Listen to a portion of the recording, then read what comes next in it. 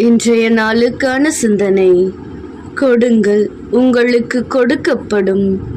அமுக்கி குலுக்கி சரிந்து விழும்படி நன்றாய் அளந்து உங்கள் மடியில் போடுவார்கள் என்னும் ஆண்டவரின் சொற்களின் பொருளை செல்வத்தை கொடுப்பதை, பகிர்வதை மட்டும் குறிப்பிடவில்லை. அதற்கு முந்தைய வசனங்கள் மன்னிப்பை பற்றி பேசுவதால் மன்னிப்பு கொடுப்பதற்கு பொருந்தும் என்று எடுத்துக்கொள்ளலாம். நாம் பிறரை மன்னிக்கும் போது இறைவன் நம்மை மன்னிக்கிறார் என்பதை நாம் அறிவோம்.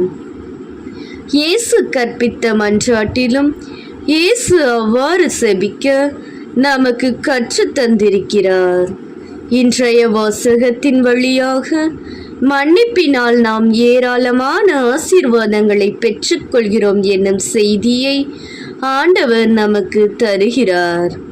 நாம் பிறருக்கு மன்னிப்பு வழங்கும் போது பிறரும் இறைவனும் அமுக்கி குலுக்கி சரிந்து விழும்படியாக நன்றாக அளந்து ஆசீர்வாதங்களை நம் மடியில் போடுவார்கள். எனவே இத்தவ காலத்தில் யாருக்கெல்லாம் நமது மன்னிப்பு தேவைப்படுகிறதோ அவர்களை எல்லாம் மனமாற மன்னிப்போம். அவர்களை ஆசீர்வதிக்க இறைவனிடம் வேண்டுவோம்.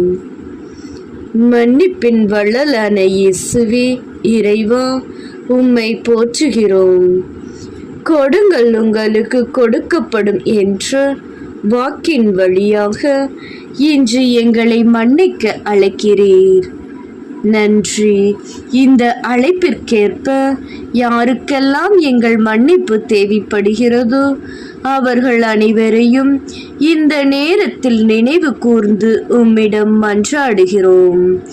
அவர்களை ஆசீர்வதியும்.